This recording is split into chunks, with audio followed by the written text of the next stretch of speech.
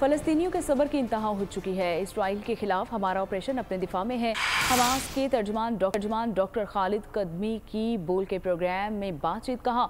Israeli वजीर ने बयान दिया है कि फलस्तीनियों को जीने का हक नहीं। खालिद कदूमी ने जारी जंग से मुतल्लिक बताया कि हमास के मुजाहिदीन इसराइल के खिलाफ 50 मुकामात पर लड़ रहे हैं और हमारे पास सैकड़ों इसराइली फौजी कैद हैं। हमारा मुजाहिदीन ने सेंचुरी के करीब से के सब्र और तहम्मुल और हौसले के साथ इस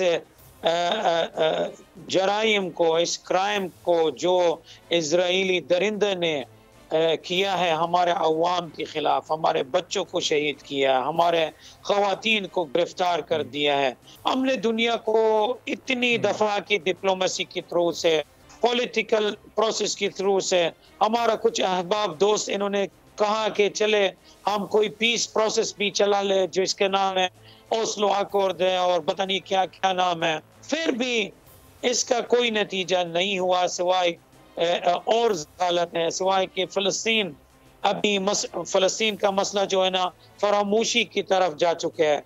आखिरी इंटरव्यू इस मिनिस्टर ने जो दिया है वो कह रहा है कि फ़लस्तीनियों का कोई हक नहीं है जिंदगी का, इजराइलियों का हक है जिंदगी का।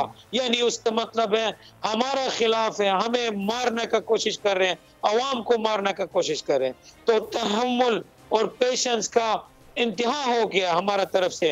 अल्हम्दुलिल्लाह हमारा हाथ अभी सैकड़ों की तादाद इजरायली सोल्जर्स के प्रिजनर्स के तौर पे है। सब्सक्राइब करें और बेल दबाएं ताकि कोई खबर रह न जाए।